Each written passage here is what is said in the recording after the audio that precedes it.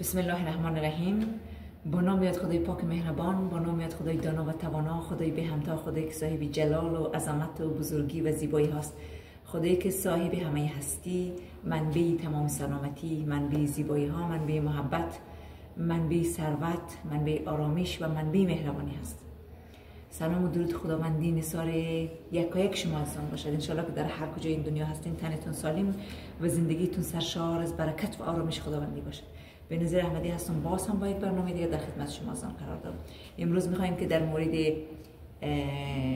کلمه یا در مورد یک موضوع به نام حسودی با شما صحبت کنم. یکی چه عواقبی داره و چرا ما حسود نباشیم، حسودی به ضرر کی است، اگه حسودی کنیم کی ضرر میکشه. دوستان نهایت عزیز، در جامعه متاسفانه در جامعه ما و شما حسودی و حسادت هست تا هنوز وجود داره و خیلی ها کس به این مرض گرفتار هستن. یعنی حسادت و یا حسودی در حقیقت خودش یک نوع مرض است که بعضی از آدم گرفتار از او هست و متاسفانه تداویش یا مثلا اما جور شدنش هم به دست خود از آدم ها هست. دیگران نمیتونن اون رو تداوی کنن به جزی که خود آدم باید خود تداوی کنه. چطوری تداوی کنه، چطوری از اون مرض نجات پیدا کنه؟ یکی به حساب مهربانی خود بیشتر کنه و روی افکار خود تسلط پیدا کنه و اینکه آگاهانه فکرای خود کنترل کنه و اینکه آگاهانه خود از حسادت دور کنه. شاید یک جمله همگی ما شما شنیده باشیم، میگه حسادت یا آدم حسود یا حسادت چیزی است که زهر خودت مخوری و منتظر یا ادعا داره که دیگرها بمیرن، یعنی دیگرها بمیرن.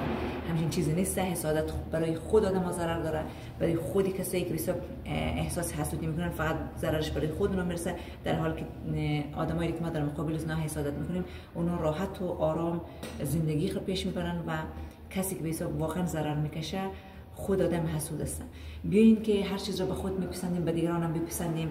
برای نعمتی خداوند به دیگران عطا کرده حسادت نکنیم، چرا که خداوند منبع نعمت هست. هر چیز اگر ما برای دیگران عطا کرده برای خداوند خیلی آسان است که برای ما شما هم عطا کنه. پس به جای اینکه ما حسادت کنیم بیاییم از خداوند طلب نعمت کنیم، از خداوند طلب سلامتی و شفاعت و مغفرت و آرامش کنیم. برای خداوند همونطوری که برای زو بندشی یک نعمت عطا کرده خیلی راحت و آسان است که برای ما هم عطا کنه. پس به جای حسادت بیایم نعمت را که بسیار بر علیه یک کسی دیگه ما برای زو حسادت میکنیم، نعمتی که او داره و ما بخاطر زو حسادت میکنیم، بیاین همون نعمت رو 10 برابر از خداوند بخوایم و برای خداوند خیلی آسان است که برای خود ما در زندگی ما متجلی کنه. و همچنان حسادت کردن در خانه و خانواده باعث میشه که فرزندان و یا دلبندان ما همونطوری ای راه ادامه بدن و یا قلب و جسم و جان و روح روانشان پر از کینه و پر از دشمنی و پر از حسادت شود، در حالی که برای کسایی که ما بخوایم حسادت کنیم اونا راحت و آرام زندگی خودشون رو میکنن و این کسی که حسادت میکنه اینا کسا در آتش خشم و حسادت و نفرت خودشون میسازن. پس حسادت برای خودی کسایی که حسود هستن، برای کسایی که خودشون حسادت میکنن، حسادت کردن برای خودشون ضرر داره، هیچ ضرری به ما و او نمیرسونه.